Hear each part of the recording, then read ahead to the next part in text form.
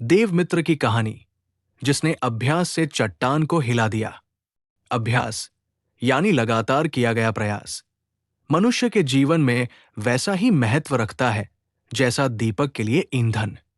ये कहानी है एक ऐसे बालक की जिसे सबने मंद बुद्धि माना, लेकिन उसने अभ्यास की शक्ति से खुद को ज्ञान का प्रकाश बना दिया।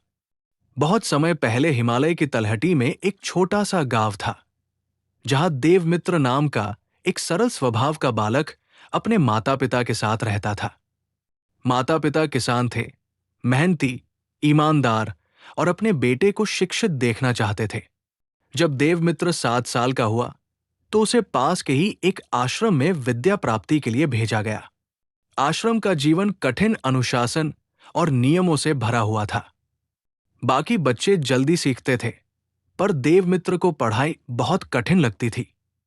श्लोक याद नहीं होते थे, सूत्र समझ नहीं आते थे। गुरुजन समझाते रहे, मगर ज्ञान उसके मन में ठहरता ही नहीं था।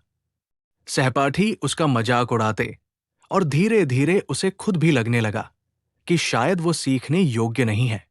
1 वर्ष बाद जब परीक्षा हुई तो सभी विद्यार्थी अगली कक्षा में चले गए। केवल देवमित्र पीछे रह गया। गुरुजी ने एक दिन उसे बुलाकर कहा, देवमित्र, हमने तुम्हें सिखाने की पूरी कोशिश की, लेकिन अब लगता है कि ये मार्ग शायद तुम्हारे लिए नहीं है। तुम्हें अपने माता पिता की खेती बाड़ी में मदद करनी चाहिए। गुरुजी की बात सुनकर देवमित्र का मन टूट गया। भारी मन से वो घर की ओर लौट पड़ा। रास्ते में वह एक झरने के पास बैठ गया, थका हुआ और निराश। उसकी नजर एक चट्टान पर पड़ी, जिस पर एक बूंद लगातार गिर रही थी। आश्चर्यजनक रूप से उस बूंद ने उस कठोर चट्टान में एक छोटा सा गड्ढा बना दिया था। देवमित्र उस दृश्य को देखता रहा।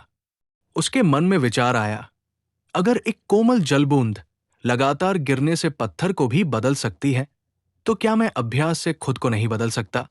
वहीं पास बैठे एक साधु ने मुस्कुराकर कहा, बेटा, अभ्यास में वो शक्ति है जो समय के साथ असंभव को भी संभव बना देती है। देवमित्र को जैसे नया जीवन मिला। उसी क्षण उसने निर्णय लिया कि वो हार नहीं मानेगा, चाहे उसे कितनी भी बार दोहराना पड़े। देवमित्र लौट गया आश्रम में और गुरुजी से निवेदन किया, गुरुवर, मुझे अब अभ्यास का महत्व समझ आ गया है। कृपया मुझे एक और अवसर दें। गुरुजी ने उसकी आंखों में आत्मविश्वास देखा और सहमति दे दी। इसके बाद देवमित्र ने दिन रात मेहनत की। वो रोज सुबह जल्दी उठता, पाठों को दोहराता, अपनी गलतियों को सुधारता और हर दिन थोड़ा थोड़ा आगे बढ़ता। वो तेज नहीं था, लेकिन रुका नहीं। धीरे धीरे उसकी मेहनत रंग लाने लगी। जहां पहले उसे अक्षर तक समझ नहीं आते थे, वहीं अब वो शास्त्रों की गहराई को समझने लगा। समय के साथ देवमित्र एक विद्वान बन गया। उसने वर्षों के अभ्यास और तप से कई ग्रंथों की रचना की। तत्वदीपिका, ज्ञानवृष्टि और मौनवाणी जैसे ग्रंथ, जो आज भी अनेक विद्यापीठों में पढ़ाए जाते हैं। वो बालक, जिसे कभी अयोग्य कहा गया था, अब ज्ञान का दीप बन चुका था। देवमित्र की कहानी हमें ये सिखाती है कि असफलता अंत नहीं है। अगर हम निरंतर अभ्यास करें, तो जीवन की सबसे कठोर परिस्थितियां भी पिघल सकती है।